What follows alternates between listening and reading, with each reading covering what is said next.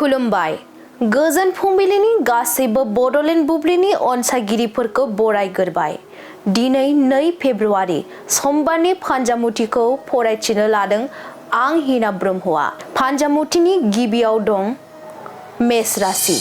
नोंथाङा गिदिर खैफोदाव गोग्लैनो हागौ, गोसोआव गिखांनाय फैगोन। वृष राशि। गोसोआव अहंकार साननाय हनाय सोमजिगोन, गुबुनजों दावराव दावसि सोमजिनो हागौ। मिथुन राशि। धोन दौलतआ जोबस्रांनो हागौ, गोसोआव दुखु मोनखांनाय सोमजिगोन। कर्कट राशि। मोजां खामानि मावफुंनायनि थाखाय मान मोनगोन, मोजां सान। सिंह राशि।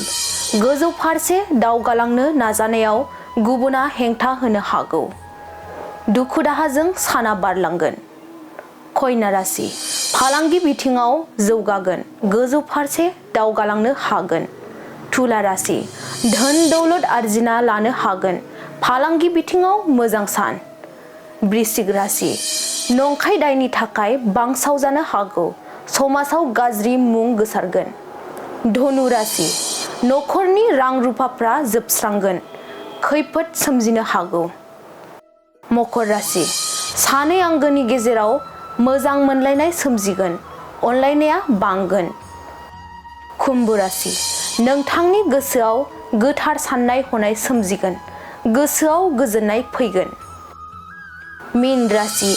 देहायाव सानाय सुनाय सोमजिगोन, देहाया लोरबां जागोन। दिनै सानसेनि राशि फरायथिनायाबो एसेनोसै। आसा खालामो नोंथांनि दिनैनि साना मोजाङै मोजां थांगोन, बेखौ बड'लेण्ड बुब्लि नखरनिफ्राय मिजिंथिबाय। गोजोन्थों।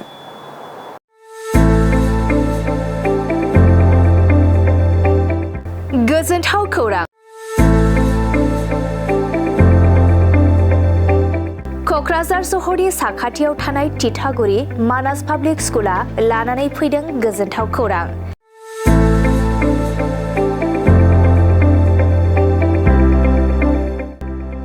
मानास पाब्लिक स्कुला गुन गोनां सोलोंथाइ बोसोरनि नार्सारिनिफ्राय थाखो 9 सिम फरायसा फरायसुलिफोरनि गोदानै 2026-27 मायथाइनि गोदानै मुं थिसननायनि खाबुफोर होगासिनो दं। गुन गोनां सोलोंथाइ होनायजों लोगोसे तितागुरि मानास पाब्लिक स्कुलाव basic computer education, English speaking environment आरो मोजां सोलोंथाइ गोनां फोरोंगिरिफोर दं। फरायसा फरायसुलिफोरनि थाखाय सोलोंथाइ लानायजों गोबां मोजां खाबुफोर दं, जेरै यगानि खाबु आरो हिन्जावसा आरो हौवासाफोरनि थानायनि थाखाय सेपारेट हस्टेलनिबो खाबुफोर दं।